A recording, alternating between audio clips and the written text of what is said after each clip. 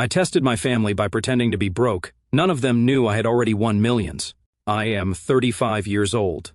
I live in Ohio, and until a few months ago, I was just another guy trying to survive on a mediocre salary, putting up with humiliation at work.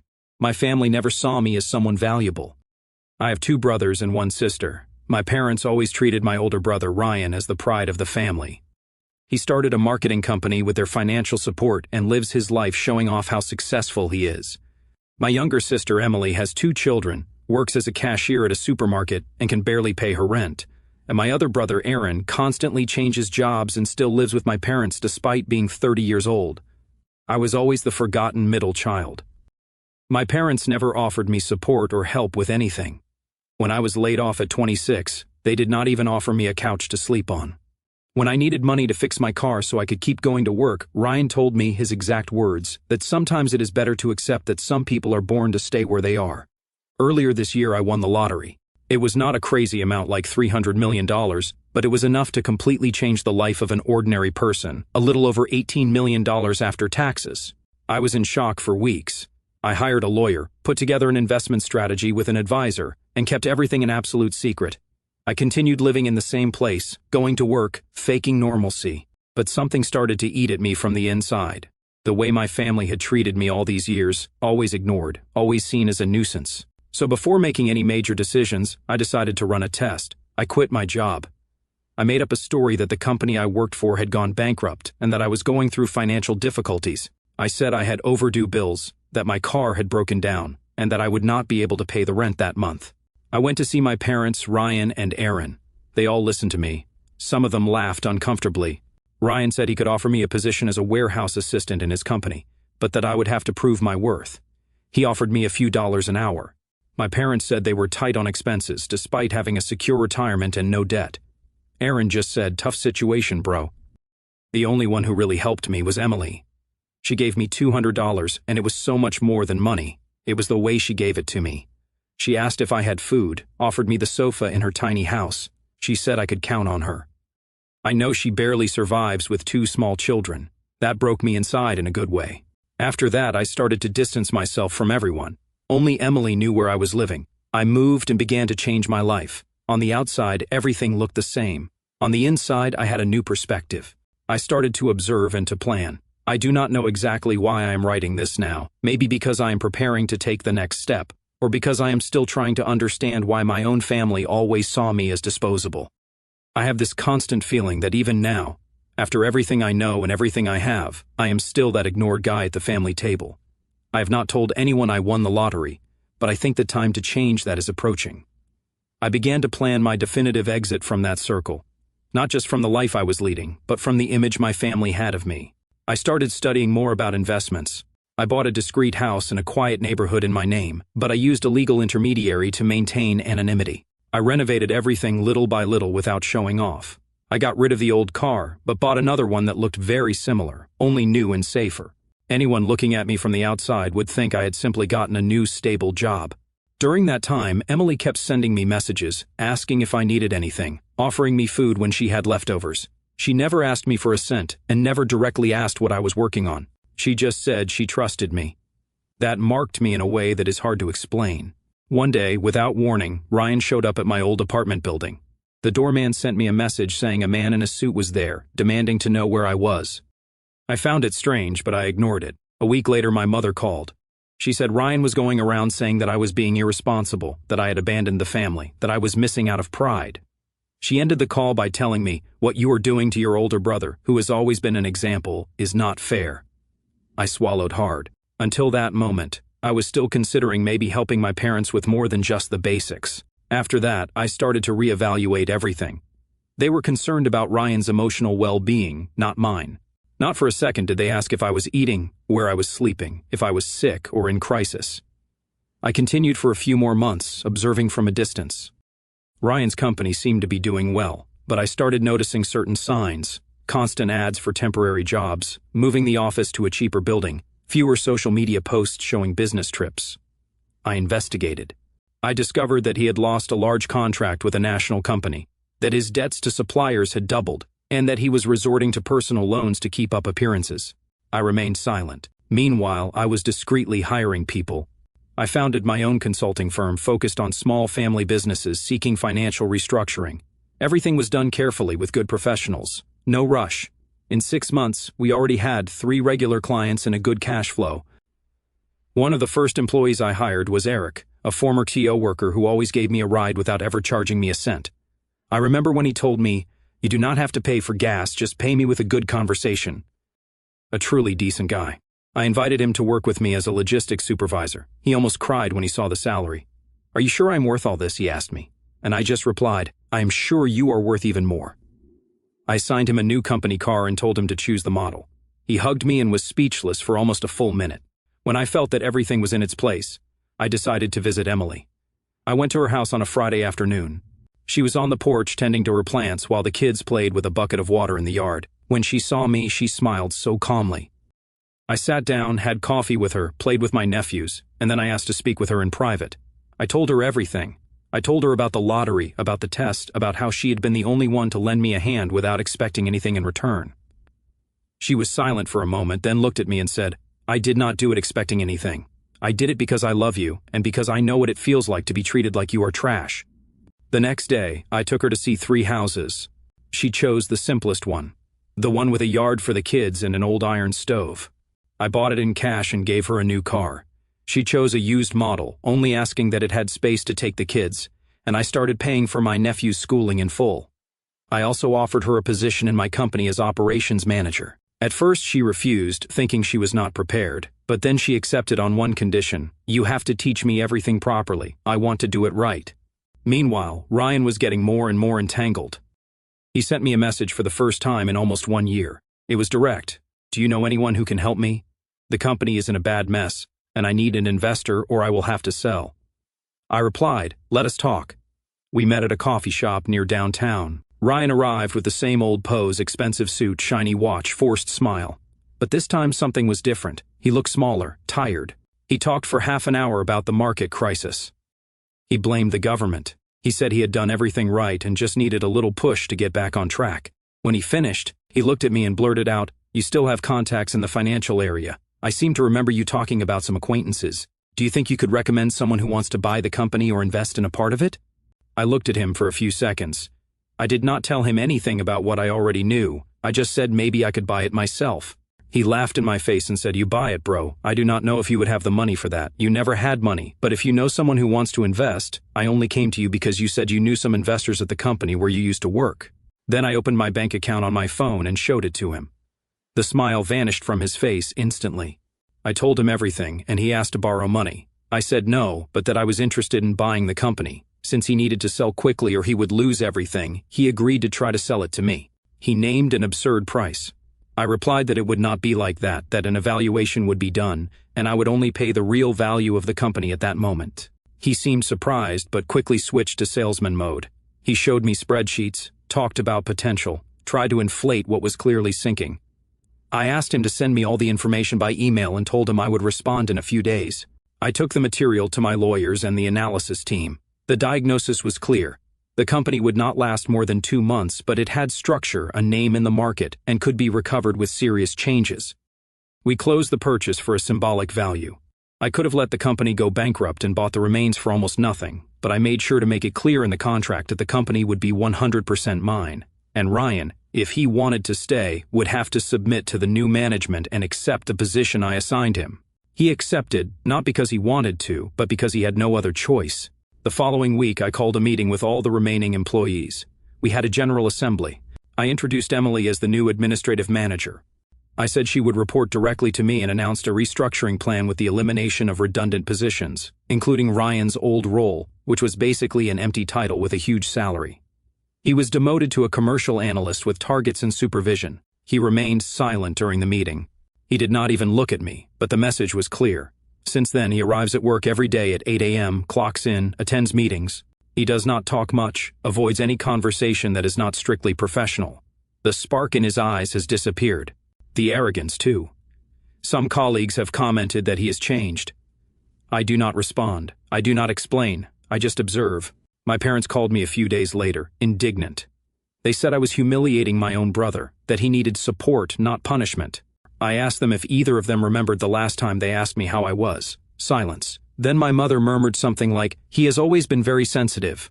Since then, I only keep up with their health insurance payments. Nothing more. I do not cut the tie, but I do not deepen any connection either. They realized that the cord that tied me to that old dynamic had been cut. Aaron tried to get close again as soon as he heard about the company purchase. He sent me a message saying he was proud and that he always believed in me. He offered to help with whatever I needed. I politely declined, leaving no room for doubt. Eric, the colleague who gave me rides, is still the supervisor. He adapted well, became one of the most respected members of the team. He never demanded anything, never sucked up. He just works with dedication and treats everyone with respect. I gave him a generous bonus after the first semester. He came to thank me and said, "You are changing lives, man." And I replied, "I'm trying to change mine, the rest is a consequence." Sometimes when I think about all this, I feel a lump in my chest. It is not happiness or anger. It is a strange feeling between relief and emptiness, as if I had waited so long for a type of recognition that in the end meant nothing. And when it was my turn to have power, I realized that what I really wanted was not revenge, it was respect. And that either comes genuinely or it is worthless. On Emily's birthday, I took my nephews to a water park. It was the first time I saw those kids laugh without a care in the world, eat what they wanted, without hearing no all the time. She hugged me at the end of the day and said that was more than any gift. "You gave them a childhood that I could never give them." That hit me deep. For the first time in a long time, I felt like I was doing something right. Not out of revenge, but for someone who always believed in me when no one else did. Update 1. The news that I had bought the company spread faster than I expected. It was not because I said anything. Someone from the old team posted a photo of the new ID badge with my name as CEO and tagged the location. Within days, I started receiving messages from distant cousins, old schoolmates, even people who used to ignore me at family barbecues. All happy for me, all remembering how hardworking I was. My mother sent me a message asking if she could mention it in her church group that her son now owned a company. She said it would raise the family's name. I replied with a "do what you think is best," but inside it turned my stomach. Ryan remained silent, but he began to change his tone at work. He became more helpful, more present. He even tried to praise one of Emily's presentations during a meeting. It was a forced compliment, somewhat mechanical, but it was there. I did not respond. Neither did Emily. She simply continued speaking with the same firmness as always. Some employees started to notice the atmosphere and came to ask me what was happening. I just said, "Restructuring, that is all." The tension really escalated when Ryan found out he would lose the company car. It was an Audi leased under the old management's name and was on the list of cuts. I sent him a formal email informing him that he had 1 month to return it. He came to my office with the paper in his hand saying, "This is personal, is not it."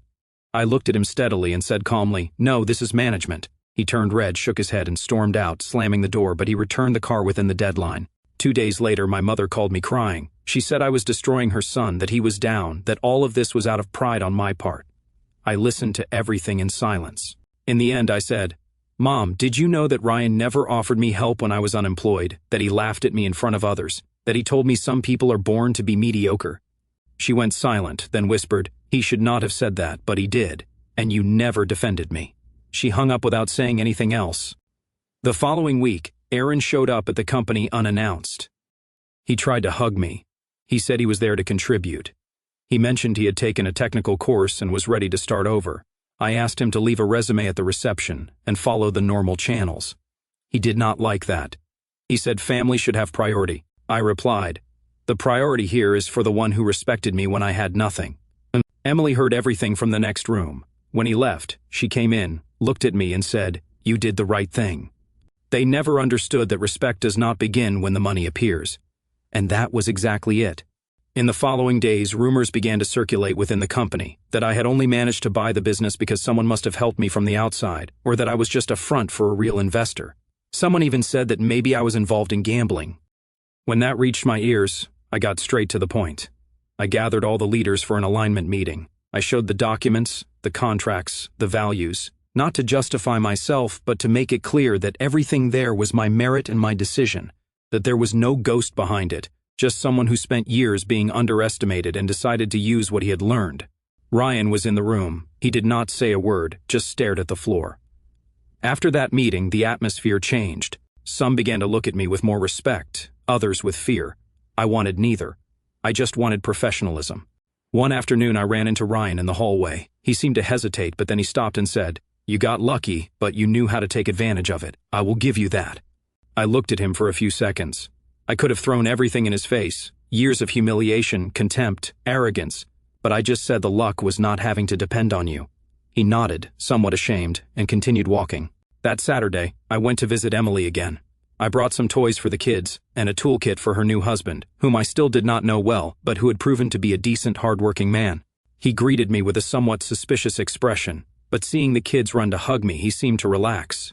Emily took me aside and said he thought I was one of those arrogant millionaires who forget where they come from. I replied, I have not forgotten. I just learned not to go back to where I was never wanted. She laughed and told me I could come over whenever I wanted. I stayed until dark, having dinner with them on the patio, the kids splashing their feet in a little inflatable pool. For the first time in a long time, I felt part of something real, simple, without masks.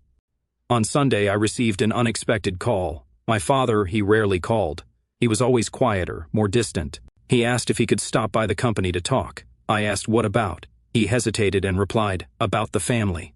I agreed, but on the condition that it would be outside of business hours and that the conversation would be direct. No speeches. He showed up on Monday. He walked in with that same tough attitude as always, but he seemed nervous. He sat in front of me and was silent for almost 1 minute. Then he said, "We were very wrong about you, and I'm only just now realizing it." I remained silent. He continued, "I always thought you were weak, too sensitive, but you were the only one who did not fall, the only one who did not break. And now you are the one lifting everyone up." My eyes welled up, but I held it in. I replied, "I am not lifting anyone up, Dad. I'm just giving back what I received. Whoever gave me support got something in return. Whoever turned their back on me reaped what they sowed."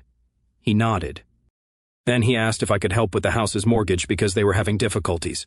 I told him no, but that the health insurance would continue to be paid and that I would cover any medical emergency as long as it was real. He did not insist.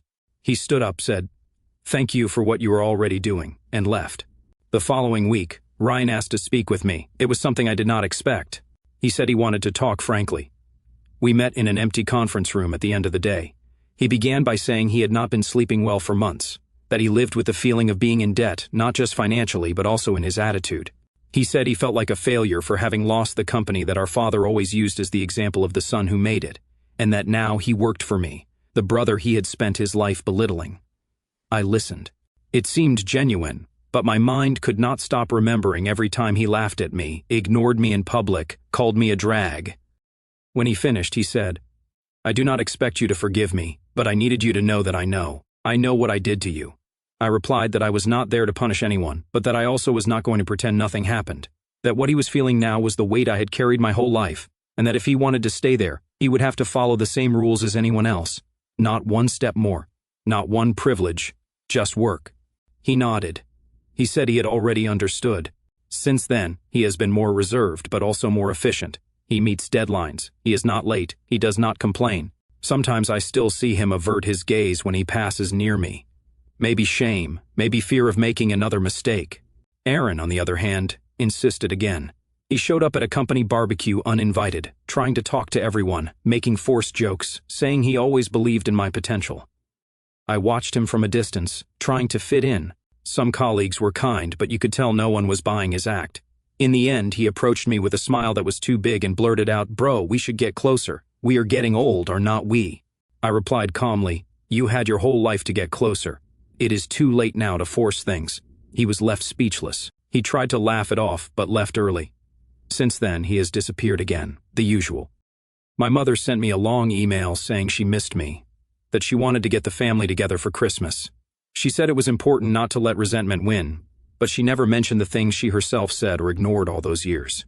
There was no apology, just an invitation disguised as reconciliation. I did not reply, and I did not go. Instead, I spent Christmas with Emily and her family. I brought toys for the kids. I cooked with her husband. We spent the night in the living room watching movies with popcorn. It was simple, but it was the first time in years that I ended the night without feeling that emptiness that always came after a family event. Update 2. The most concrete change happened about 2 months ago. Ryan was summoned to a meeting with an important client. I let him lead the presentation. I wanted to see how much he had learned. During the conversation, he remained professional, but at a certain point, he tried to inflate numbers and make promises we had not aligned with the team. The client noticed and called me aside afterward, asking if it was trustworthy to continue the project with someone who distorted metrics. That hurt me deeply. I was not willing to risk the company's reputation and even less so Emily's, who led the entire operational side, for my brother's ego. That same day, I called a meeting with him, Emily, and Human Resources. I was direct. I explained what happened, its consequences, and what I expected from someone in his position. He tried to justify it by saying he was trying to impress. I interrupted him and said that was unacceptable. Starting that week, Ryan was demoted. He no longer had responsibilities in external negotiations and was put in charge of internal reports only. The new position came with a salary reduction, still a decent wage, but well below what he earned before. He signed the papers with a serious face. He did not argue, only asked that I not say anything to our parents. I asked him to leave the room. Then I looked at Emily and asked, "Do you think I went too far?" She replied, "No, you were fair, and justice is something they never gave you." But even with all that, what moved me the most was something else. The following week, one of the new interns, a humble kid, just over 20, always quiet, stopped me in the hallway and asked if he could talk to me. I thought he was going to quit or complain about something, but he just said, "I wanted to thank you. I never thought I would work in a place where people like me have a voice, where a black woman like the manager has real power. Emily is an inspiration for my mom, and you are too for giving her the space." I was speechless. He said goodbye and left. I went into my office, closed the door, and cried. It was not anger or relief. It was a release of years of invisibility. It was realizing that I had finally managed to create something they never gave me, an environment where no one had to kneel to be seen. After that, I started to adjust some things in the company. I improved the employees' health plan, created an emergency fund for collaborators in difficult situations, and gave Emily full autonomy to lead local social projects using part of the quarterly profits. Ryan remained silent. He watched everything with that look I already knew. Between bitterness and regret, he knew the game had changed and that he was now just another piece on a board he once thought he completely controlled. Over time, Ryan's presence in the company became almost invisible. He did what he had to, did not meddle where he did not belong, and rarely exchanged more than 3 sentences with me. I knew he felt humiliated, but unlike what he did to me my whole life, I never responded with mockery. I just maintained a distance, cold, but fair. It was around that time that my mother showed up at the reception unannounced. Emily sent me a message. "Your mom is here. She says she needs to talk to you." She was insistent. I went down there. She was sitting with that face of someone who wants to appear fragile to get something. She stood up quickly when she saw me. "Can we talk for 1 minute, just the 2 of us?" I took her to a small meeting room. She started with the same old speech. Family, unity, forgiveness, how important I was to everyone. I waited for the real part, and of course it came.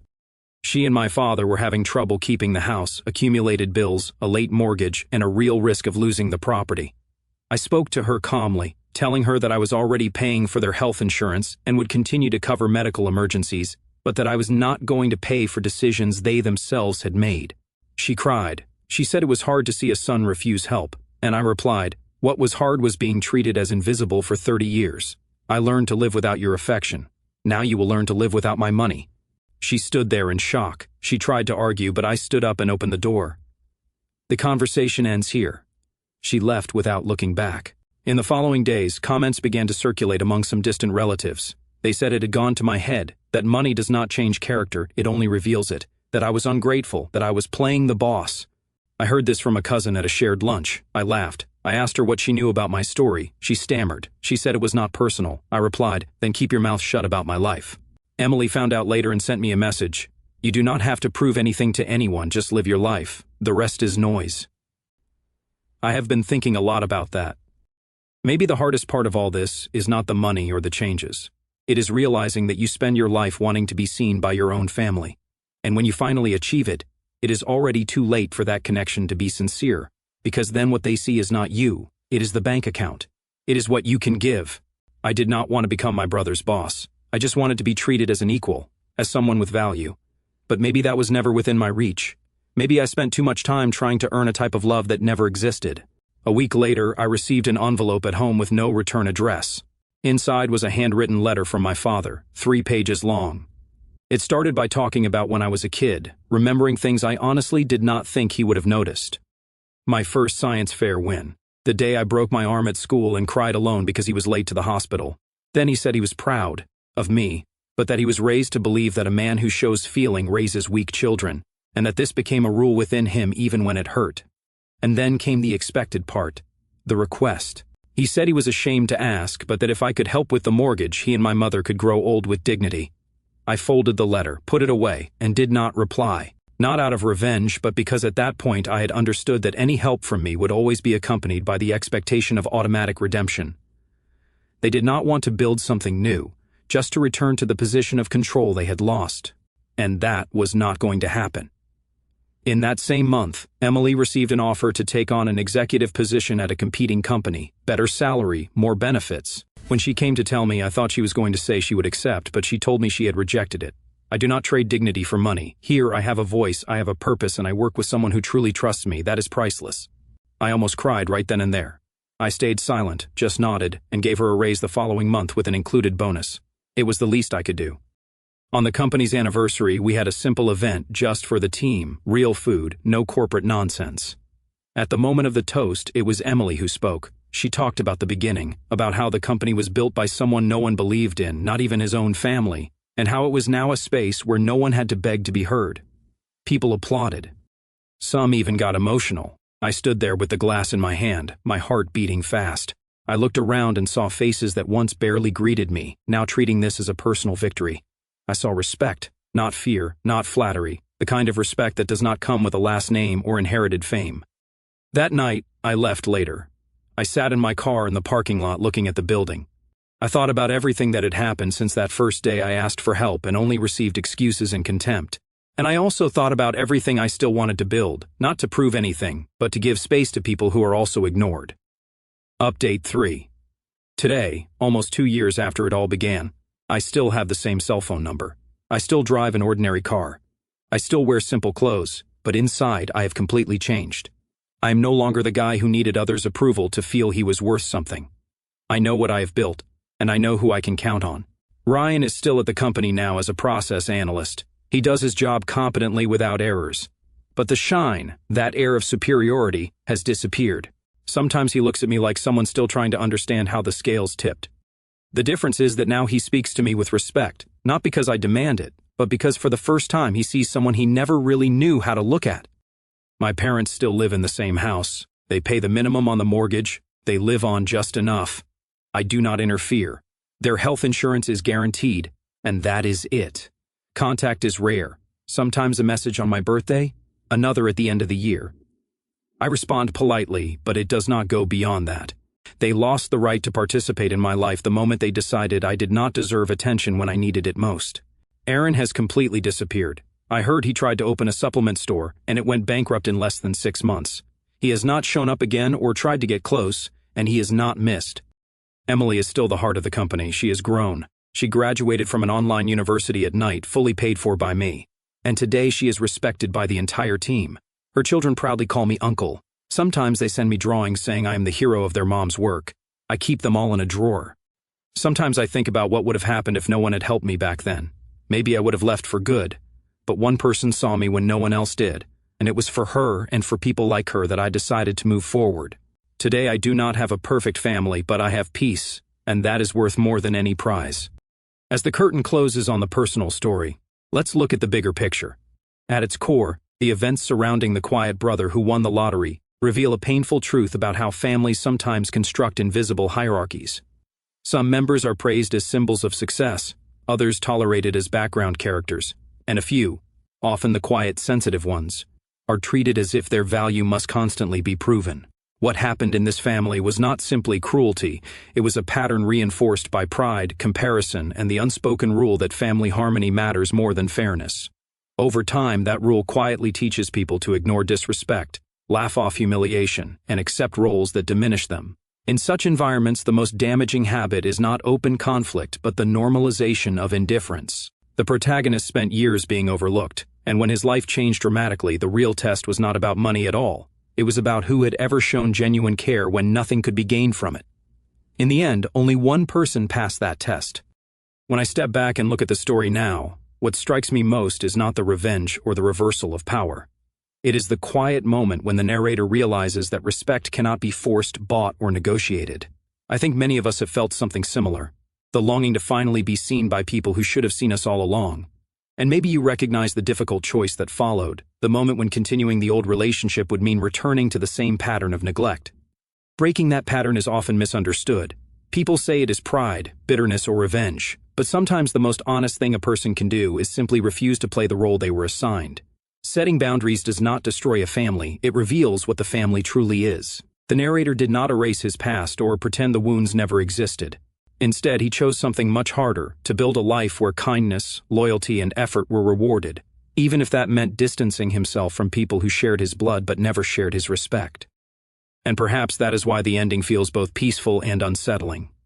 The protagonist gained wealth, influence, and finally the recognition that once seemed impossible. But the real victory was something quieter. It was the realization that dignity is not something others grant you. It is something you protect by deciding what you will no longer tolerate. Emily's simple act of generosity proved that loyalty is not measured by status or success, but by who stands beside you when you appear to have nothing. Everything that followed, the company, the promotions, the reshaped relationships, was only the echo of that truth. So is the question that lingers long after the story ends. If the people who ignored or belittled you for years suddenly began treating you with respect only after you became successful, would you see that change as genuine growth worth forgiving, or simply as proof that their respect was never for you, but only for what you now have?